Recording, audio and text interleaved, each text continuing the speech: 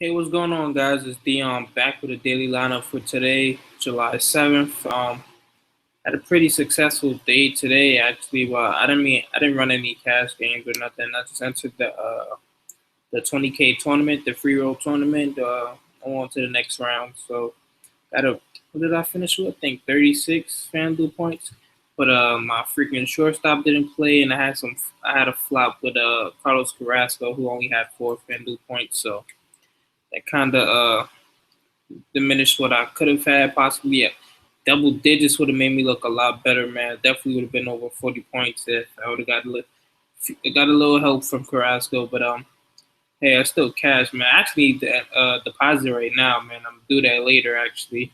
Um, but man, this is what I'm running with for today. There's a lot of great pitching options today. Actually, it's a lot of elite pitchers here. You got Scherzer, Kluber, Cueto, Lariano, Gray. Those probably be the main 5 guys you probably want in your lineup.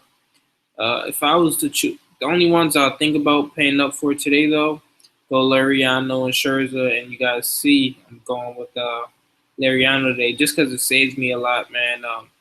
Scherzer is definitely number one pitcher of the day, though. Just don't know how I would be able to flex my lineup, man. Definitely wouldn't be able to have a lot of these guys. Probably have to downgrade freaking. I don't even know what I would downgrade, actually. Probably have to find a cheaper outfield besides Cruz. Maybe a cheaper second. No, I don't think. I went through the second baseman and actually wasn't that many cheap options. And then probably downgrade Volt. No, actually downgrade Chris Bryant. But yeah, man, this is what I'm liking so far, man. Let me explain the picks right now. First of all, we get Lariano, man. It's probably like I just told you guys, my second favorite pitcher of the day, just for the consistency, man. He's striking out righties at 30%, almost 29%, 29.2% to be exact, but and lefties at 23.3%. So that means 1/3 of the time he's actually almost 1/3 of the time he's actually almost striking somebody else. So and he usually goes seven innings, man.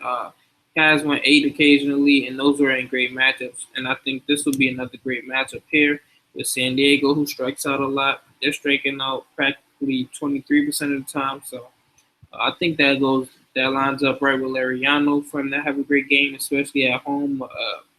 Pitchers Park, so to say. So I think Lariano has a good game. The only thing that will concern me, I think there's possible rain there. I don't think anything will be delayed, but still like Lariano, man. As long as that game doesn't look like it'll have any mid-game delays, so like him there. Then next we get Stephen Vogt. Uh, Dude has just been absolutely killing righties with a 392 WOBA, 157 WRC. He's in a great ballpark in Yankee Stadium against Evaldi. Average pitcher at best, man, and that's at best. And I don't even think he's that. And you got Evaldi giving up 352 batting average, 491 slugging, 413 batting average on balls in play, the whip at 1.96 versus lefty. And he does worse at home. You know why? Because it's Yankee Stadium, man. Um, that short porch in right field is perfect. It's a perfect setup for lefties. So if he gives up that pull, man, I definitely think Volk could go yard today, man. So, and I think the A's will actually throw a lot of lefties out at Evaldi, man. But definitely like Volk, man. His prices come down, man. He was almost like 3,800 probably about a week ago. So I like that there. Then we get Dave Ortiz. Just super consistent versus righties all season, especially at home. Right now, he has a 416 WOBA at home versus righties. Uh, he's 8 for 23. This is the BVP versus Herron, man, Dan Herron. 8 for 23 and 3 home runs, 5 extra base hits. So those are definitely great numbers for Ortiz, man. He's at home in a great. It's another short porch in right field for Boston. Perfect place for lefties, man. So definitely like David Ortiz. Think he can go yard today against him, man. It's pretty solid play. 3,200, not too much. For a super consistent dude,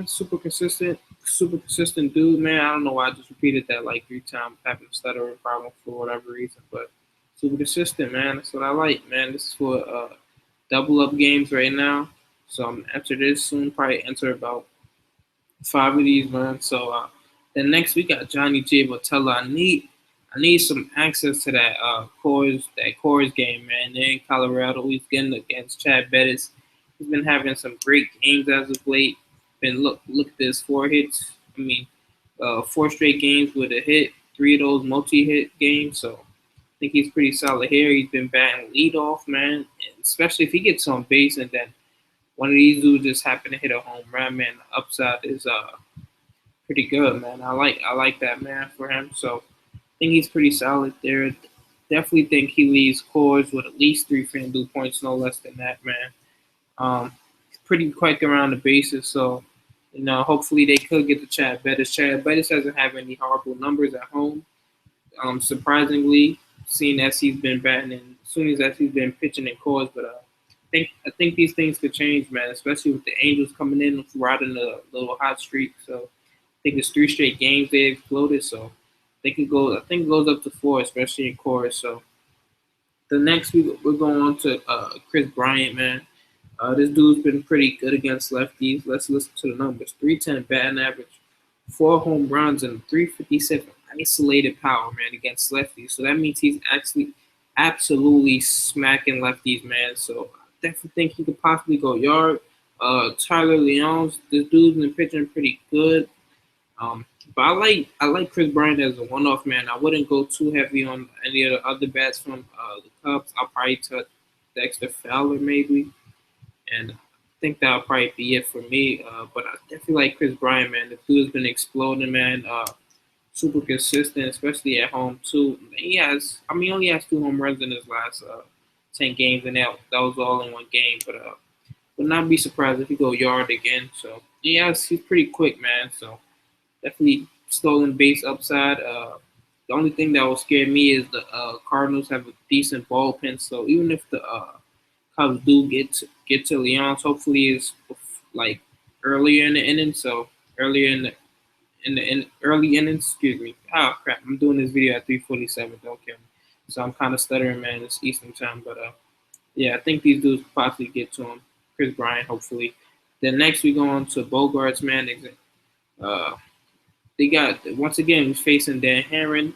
Herron's not that bad against righties, but Bogarts is extremely well hitting well at home. 329 batting average versus righties at home. Super consistent, man.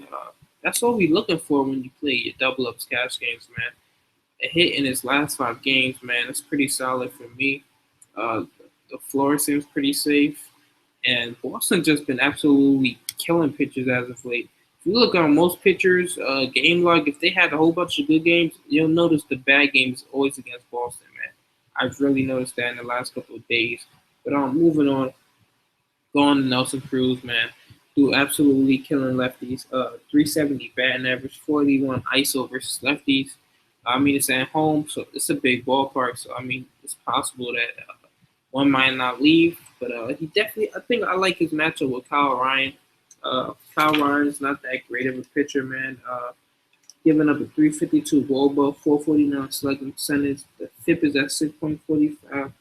And 1.86 home runs per 9 innings versus righties. So you might just give one up to Cruz. Cruz hasn't been necessarily on fire, but he's been playing better as of late. We like for that to go up, man. 2 home runs in his last 10 games, so pretty solid. Chris Colabello needs some exposure, man. Toronto absolutely kills lefty. Colabello's coming off of back-to-back games with a home run at 3K, man. You got to get these dudes when they're streaking. Jose Quintana, we're not scared of him at all. He's giving up 353 WOBA, 457 slugging. The BABIP is at 367. He does K righties at 18.7%, so it's not bad, but it's not good. So I think Chris Colabello, I think he usually bats 6 or 7. That's a decent spot, man, especially for the way he's been hitting. So I like him there. So last but not least, we go on to Josh Reddick. Dude's just super consistent as well. The price has dropped for him. He usually bats 5th. That's pretty solid for me. But he's hitting righties pretty good, man. And like I said, I like guys against in Yankees field, in Yankee Stadium. The lefties in Yankee Stadium, that short porch to right field, pretty good. But let's get into Reddick numbers. 329 batting average versus righties, man. home runs. I think he has about 6 of those. I forgot to actually write that down. Don't kill me. Um, I think this is a pretty solid line, man. Let me know what you guys think, man. I'm basically about to get up out of here. Uh, I had to get Lariano on, man. I might run a GPP lineup for GPP. I was actually thinking about some Robbie Ray. Texas doesn't do too good against lefties, but they do have Beltre back, so probably stay away from that. Maybe Kyle Gibson, pretty solid. Doesn't have the K upside, but definitely think he get a potential win. What's he at? Brett Anderson has some good numbers, but Philly's streaking. So, or Wade Molly's highly favored in this game. So, I'll see, man. We don't, not sure, not too sure yet if I want to go any low tier pitches, but that's basically what I'll be playing tomorrow, man. And with that being said, man, I'm out of here. Peace.